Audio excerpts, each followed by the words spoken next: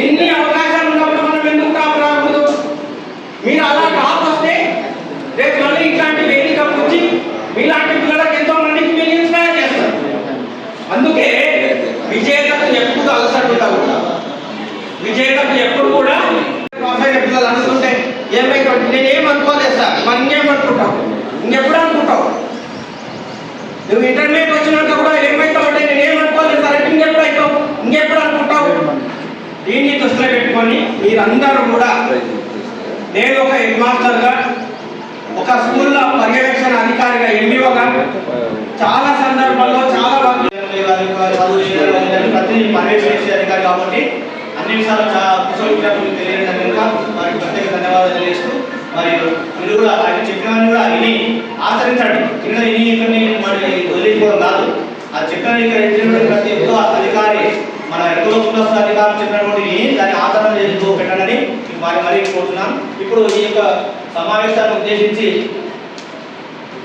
మరియు కూడా ఉన్నత స్థానానికి ఎదిగిన తర్వాత కూడా మనం కూడా వీరిని ఆదర్శంగా తీసుకొని భవిష్యత్ తరానికి మన ఇతర విద్యార్థులకు మనం కూడా ఇలాంటి ప్రతిభా పురస్కారాలు అందజేయాలని కోరుకుంటున్నాను.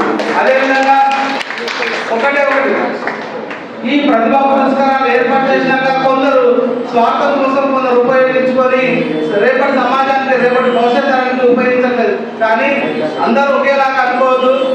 ఏది ఏమైనా రేపటి భవిష్యత్ తరంలో మనం కూడా ఇలాంటి ఉద్యోగస్తులుగా ఉద్యోగ స్థానానికి ఎదిగిన తర్వాత మనం కూడా వీరిలాగానే రేపటి తరానికి మనం ఇదే విధంగా ప్రతిభా పురస్కారాలు అందజేయాలని కోరుకుంటూ, సార్ మేము ఒకటి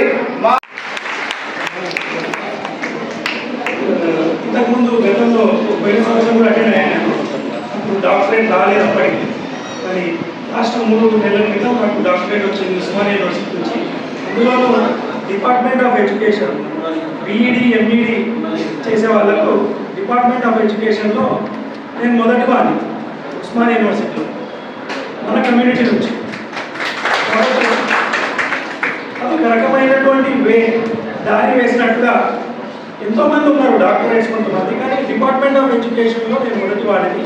ఇక నా తర్వాత కూడా ఇంతకుముందు నెక్స్ట్ బ్యాచ్లో జాయిన్ అయ్యాను. నేను 17 బ్యాచ్ 5-6 ఏళ్ళు చేయాల్సి వస్తుంది పిహెచ్డీ. కాబట్టి నేను ఇప్పుడు ప్రస్తుతం డిగ్రీ కాలేజ్ లెక్చరర్ని ఇంగ్లీష్లో చేస్తున్నాను. BC welfare residential degree college Nagarjuna సాగర్లో చేస్తున్నాను. ఈ విషయం తెలిసినందుకు నేను అక్కడి నుంచి మార్నింగ్ బయలుదేరి ఇప్పుడు వచ్చాను. కాబట్టి మీ స్కిల్ లేదు మన లోపల. మనమందరం నగరానికి వచ్చేసరికి ఏమైపోతాం, ఆటోమేటిక్గా మనం లేబర్ పనులు చేయాల్సి వస్తుంది.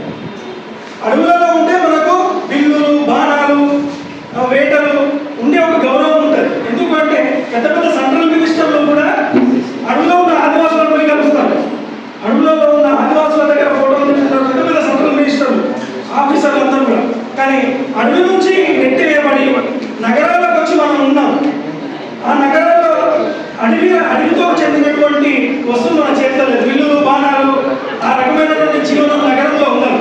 కానీ అధ్యక్షత వహించినటువంటి జిల్లా తెలుగు ఉద్యోగుల సంఘం అధ్యక్షులు వెంకటరాములు గారు, ఆయుధన చంద్రశేఖర్ గారు, ఆయుధన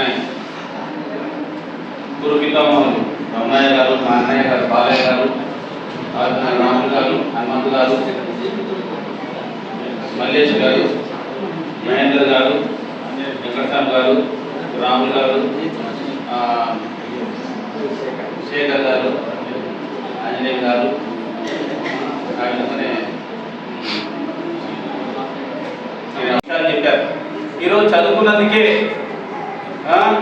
మనమంతా ఇక్కడ మీరు రావడం జరిగింది. చదువుకోకుంటే స్కూల్కి వెళ్ళకుంటే మీరు వచ్చేవాళ్ళు, ఇక్కడికి వచ్చేవాళ్ళు కాదు, ఇన్ఫర్మేషన్ ఉండేది కాదు, ఫోన్ చూసుకోవడానికి కూడా అవకాశం ఉండేది కాదు.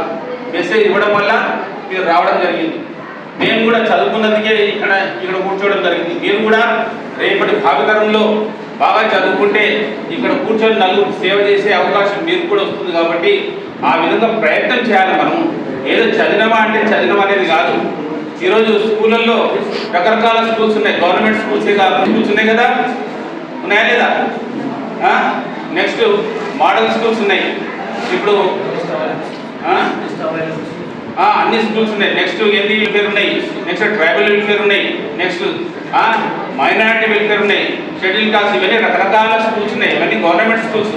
వీటిలో మనం ఎగ్జామ్స్ రాసి కండక్ట్ చేసే వాటిలో మనం మంచి ఫలితాలు తెచ్చుకుంటే దాంట్లో సెలెక్ట్ అయ్యి మనకు 10th వరకు అంటే 0 అంటే ఫస్ట్ క్లాస్లో జాయిన్ అయిన తర్వాత 10th వరకు గవర్నమెంట్ మనకు చదివిస్తుంది. కాబట్టి చదువుకోవడానికి మీరు ఇంట్రెస్ట్ చూపాలి.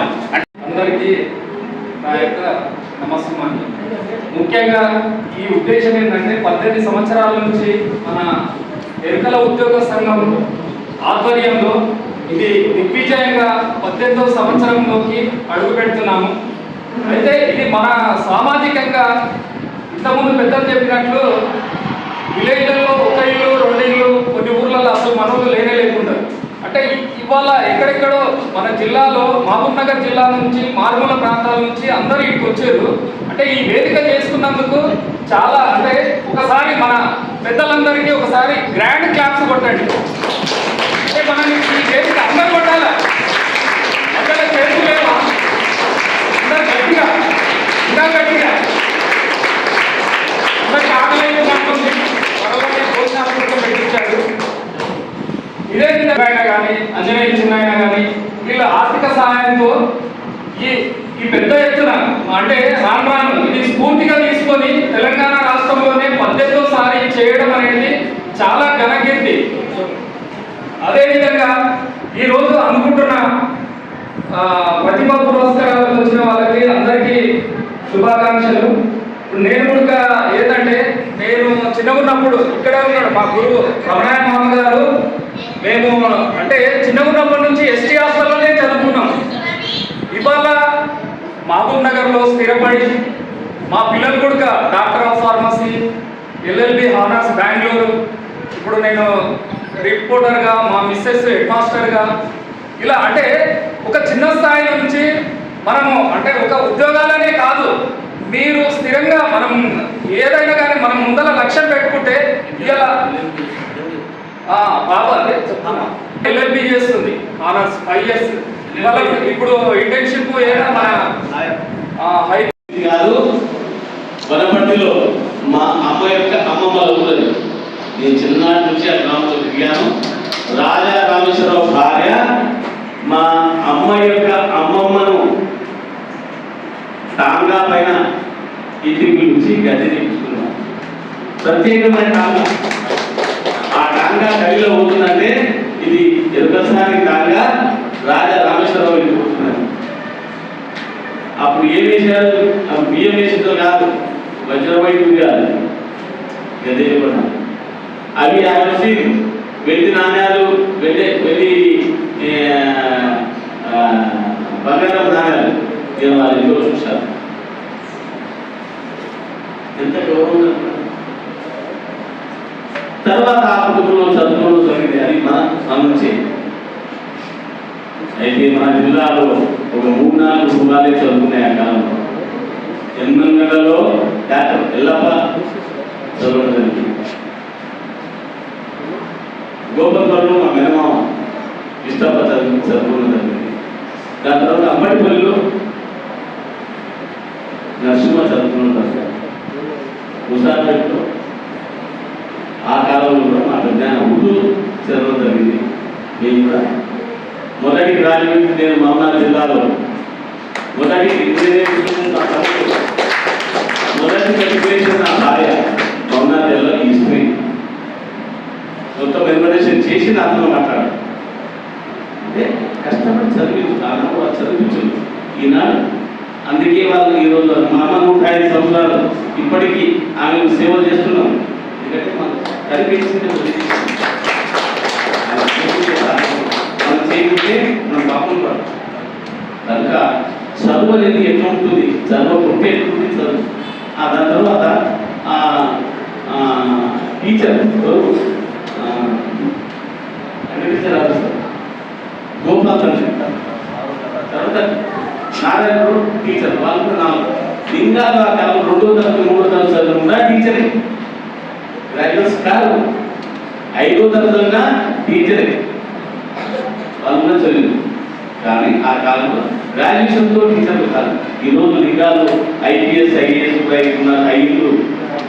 ఆయన చూసి ఇన్స్పైర్ అయ్యి ఎంత చక్కగా చదువుకుని ఈరోజు ఇంగ్లీష్ దీంట్లో మంచి పట్టుదల కలిగి మంచి మండల అధికారిగా పనిచేస్తున్నారంటే మేము కూడా గౌరవిస్తున్నాం. ఆ రాములు లేచిపెట్టు, ఆ రాములు ఇంత అబ్బాయి అప్పుడు కోలుకుంటూ చదువుతప్పుడు నేను స్కూల్లో ఉన్న హెడ్ మాస్టర్ నేను ఆయన దగ్గర చదువుకునేది కనుక నేను పోగానే ఎక్కడో వచ్చిన బాలయ్య అన్నాడు. సార్ ఇక అబ్బాయి తీసుకున్నాను. ఇప్పుడు మీకు కూడా అంటే మనం ఏ విధంగా చూస్తుంది కాలం. ఆ అబ్బాయిని తీసుకొని వచ్చి స్కూల్లో చేసి మౌనాలు చేసి చదువుకున్న తర్వాత ఒక రిజిస్ట్రార్గా అయింది. ఒక రిజిస్ట్రార్గా మొదట ఒక జిల్లా రిజిస్ట్రార్గా అయింది. మొదట టీచర్ ఉద్యోగం చేసిండు, తర్వాత గ్రూప్ 2 రాసిండు, గ్రూప్ 2లో అతను రిజిస్ట్రార్గా అయింది. అతనికి ఇట్లా చదివించిన విధంగా అమ్మాయిని చూస్తే అమ్మాయిని చేసుకున్నాడు, పిల్లలు కనుక ఆ పిల్లాడు బ్యాంక్ మేనేజర్ ఒక ఉద్యోగస్తురాలు, ఇప్పుడు వాళ్ళ కోడలు డాక్టర్, ఆయన రిజిస్టర్ అయ్యాడు. ఆ విధంగా మా గ్రామంలో మా నాన్న పేరే మాటి చెప్తున్నారు. మా నాయన మా ఇంట్లో ఒక హాస్టల్ అందరూ చదువుకున్న వాళ్ళే, ఇంకా పేరు చెప్పకపోతే చాలా మంది చదువుకున్న వాళ్ళు. హాస్టల్ వేయాలి, మన ఇంట్లో ఉండాలి. ఆడ 1 దినాలే వచ్చింది, 2 దినాలే చదువుకున్నారు. ఆ ఊళ్ళో అవి ఉండే ఆ విధంగా సంపద కలిగింది కనుక అందరూ పెట్టడం జరిగింది. కానీ విద్య అనేది ఒకనాడు మా గ్రామంలో మా నాన్న అమ్మను కూర్చోబెట్టింది తెలుసా. వాడు నాన్న విద్య తెలిసిన తర్వాత మా నాన్నను ఎక్కడ కూర్చోబెట్టేది? అత్యుత్తమ స్థానంలో కూర్చోబెట్టేది. మా అమ్మని ఎక్కడ కూర్చోబెట్టేది? అత్యుత్తమ స్థానం. విద్య మంచి గురువు దగ్గర విడిచిపెట్టింది కనుక మా నాయన మంచి చదువు జరిగినందుకు ఇక్కడ రమ్మంటే వస్తలేడు. నేను ఇక్కడ వచ్చి బెగ్గింగ్ చేస్తున్నా, ఎన్నో బతకని అంటే వాళ్ళు అక్కడి వాళ్ళే ప్రొఫెసర్స్ రిక్రూట్ చేసి వారికి ఒక స్థానం ఇప్పించి అక్కడి నుంచి తరలిస్తారు. ఇంకా మనం పట్టింపుతాను ముందుకు వెళ్ళాలి, పట్టింపుతోనే వెళ్ళాలి. నేను ఆ కాలంలో మీ ఎస్సీ పిల్లలకు నేను స్కాలర్షిప్ కొరకు బాగా పట్టుకొని బాబా ఆఫీస్లో ఆయన రెడ్డి లింగారాయణ అనుకున్నాను. ఆయన ఇంట్లో ఆఫీస్ ఉండే ఆ కర్మకాలం ఏమైందంటే ఆ ఆఫీసులో 4 వందలు ఉంది. 3 రోజులు ఆఫీసులకు ఎప్పుడు పోలేదు. బాగా మా ఇంటికి 15 రోజులు బాగా దాన్ని పట్టణ పట్టుకొని దాన్ని బయట నిలబడి నేను నా కర్మకు నేను పెద్దమానం మనగానేనా అప్పుడు నేనే మన ఇప్పుడు తెలిసింది మనగానే. అప్పుడు పోయి భూములు నాకు 2 లాంఛలు భూములు నాకు 2 లాంఛలు 2 లాంఛలు 4 లాంఛలు 4 లాంఛలు 10 లాంఛలు పనేమో ప్రత్యాశ చేశాను. నా మనస్తే నా ప్రసాదరాయ అర్థకం కాలాస్తే నాగా సార్ బంధు పంటే ఆయన 2 రోజులు బయటకు వచ్చేసాను. అప్పటి నుంచి మా బావలో తిరిగి నాలో ఎవరిని తీసుకపోయినా సాధన పెట్టాలి. అప్పుడు ఇప్పుడు చెప్తే నవ్వుతారు, ఎవరు నమ్మరు. డాక్టర్ ఎవరు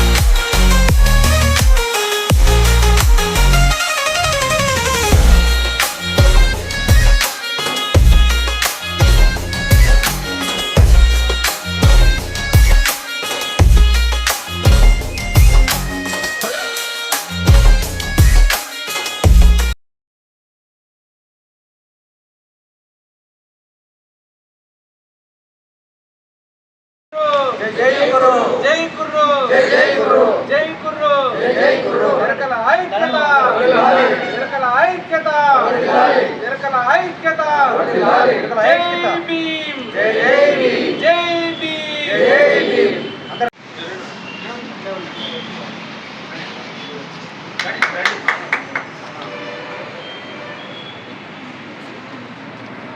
ఇక్కడ చూడండి. జై భీమ్ జై భీమ్ జై భీమ్ జై భీమ్ జై భీమ్ డాక్టర్ బిఆర్ అంబేద్కర్ కే